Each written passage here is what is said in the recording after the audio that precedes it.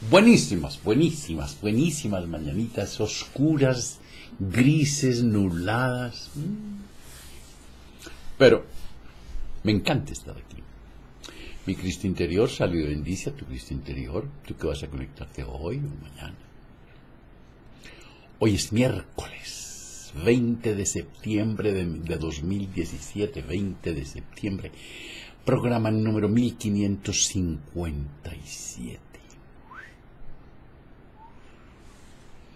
Que el espíritu de sabiduría descienda sobre nosotros todos y nos ilumine. A mí para decir lo que debo decir, a ustedes para comprenderlo. Hay suscripciones. Por favor, suscribirse. Envíen el correo a fulano de tal, un amigo, una amiga, una novia, un suegro, al jefe, a alguien. Y dígale, apenas entre, suscríbete. Hoy arrancamos con 7.961, 9 más que ayer. 9 más que ayer. Gracias por sus correos, gracias por lo que en ellos se expresan, gracias por sus manifestaciones y buenos deseos de bienestar y salud para conmigo. Gracias. ¿Qué es una enfermedad? Pero ¿sabían ustedes que la mayoría de nosotros somos tratados por los síntomas, no por la enfermedad? Veamos.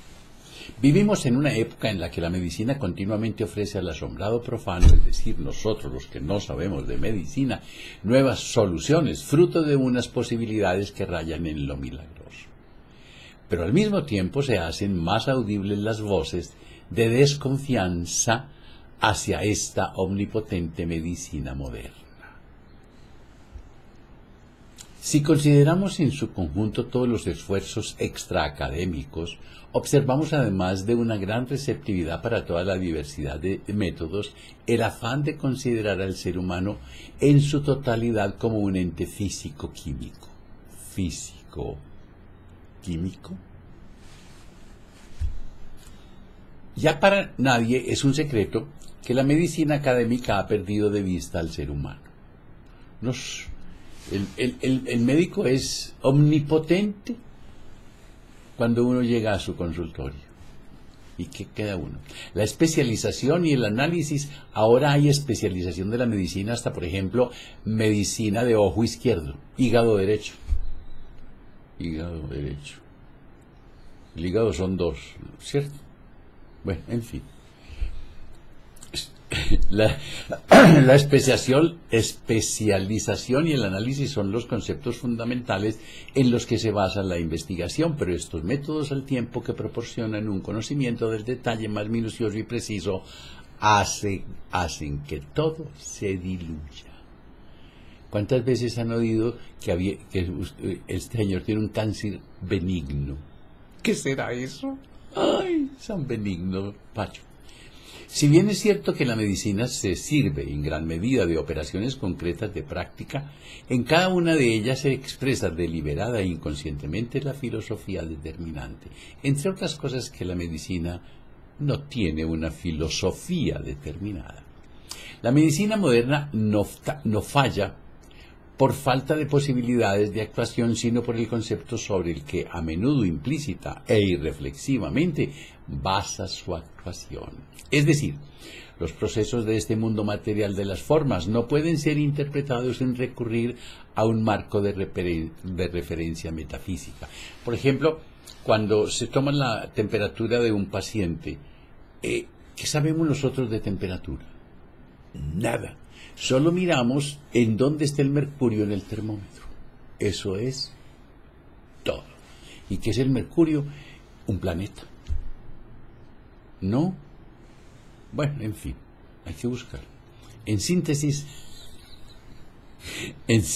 podemos llamar a estos dos campos forma y contenido.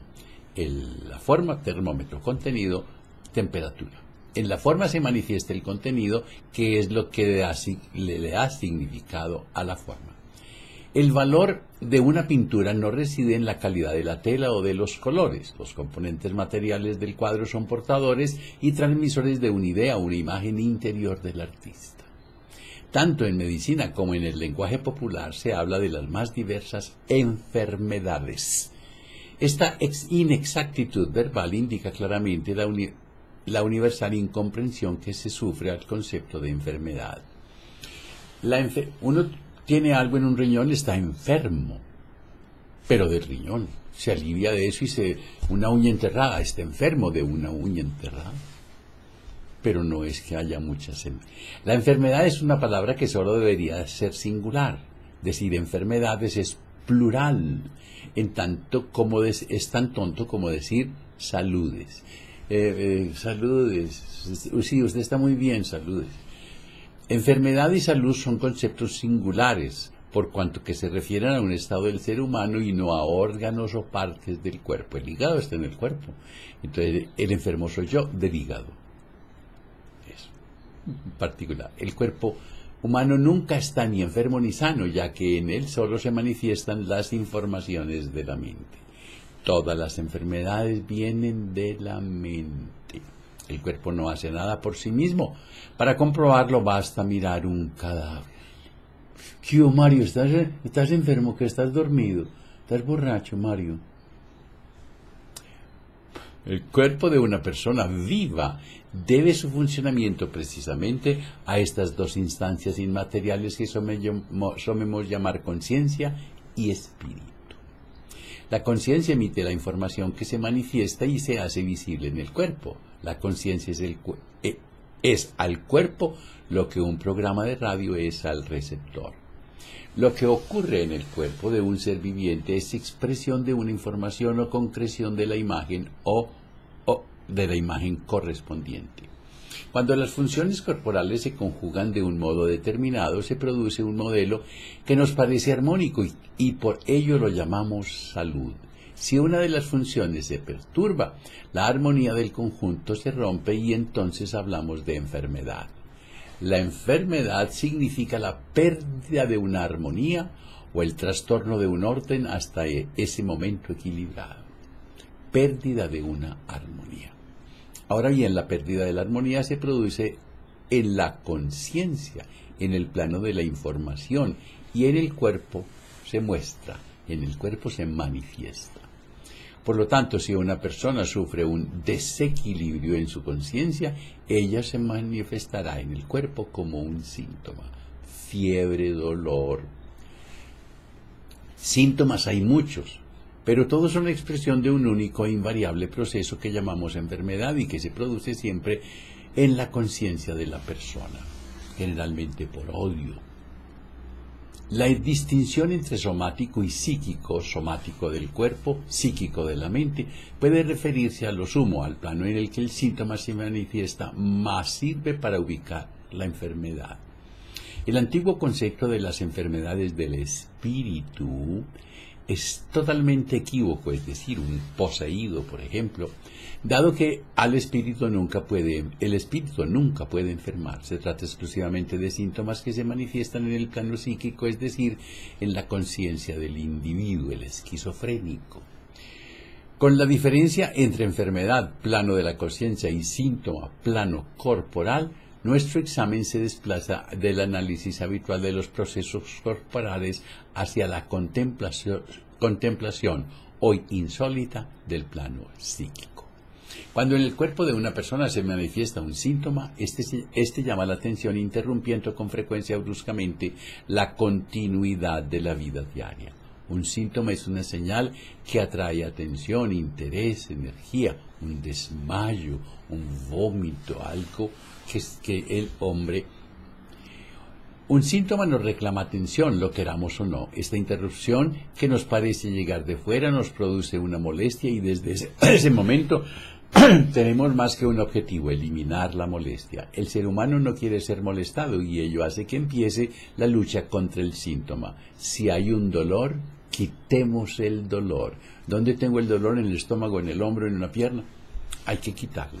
La medicina académica evita cuidadosamente la interpretación del síntoma, con lo que destierra tanto al síntoma como a la enfermedad, al ámbito de lo incongruente. Con ello, la señal pierde su auténtica función y los síntomas se convierten en señales incomprensibles. Si el foquito rojo de los frenos del carro se prende, no hay que apagar el foco, hay que arreglar los frenos. Al fin y al cabo, la señal solo quería avisarnos y hacer que nos preguntáramos qué ocurre en este carro. También este caso es una estupidez enfadarse con el síntoma. Este dolor me tiene, asco me tiene. Y es absurdo tratar de suprimirlo impidiendo su manifestación, tomando más acetaminofén, creo. La medicina académica es incapaz de dar ese paso y en esto radica su problema. Se deja fascinar por los síntomas. Al fin de cuentas, desde la llegada de la llamada moderna medicina científica, el número de enfermos no ha disminuido ni en esto, al contrario, cada mes se inauguran nuevas clínicas. ¡Qué tan curioso! En suma, la enfermedad es un estado que indica que el individuo en su conciencia ha dejado de estar en orden o en armonía, y esa pérdida del equilibrio interno se manifiesta en el cuerpo en forma de síntoma. El síntoma es a la vez señal y portador de información, ya que con su aparición interrumpe el ritmo de nuestra vida y nos obliga a estar pendientes de él. El síntoma es aviso de que algo falla o de que algo falta. Cuando el individuo comprende la diferencia entre enfermedad y síntoma, su actitud básica y su relación con la enfermedad se modifican rápidamente. Ya no se considera el síntoma como su gran enemigo cuya destrucción debe ser su mayor objetivo, sino que descubre en él a un aliado que puede ayudarle a encontrar lo que le falta así para vencer la enfermedad. La enfermedad no tiene sino un solo fin: ayudarnos a subsanar nuestras faltas y a hacernos sanos. Aquí está la diferencia entre combatir la enfermedad y transmutar la enfermedad. La curación se produce exclusivamente desde una enfermedad transmutada, nunca desde un síntoma derrotado.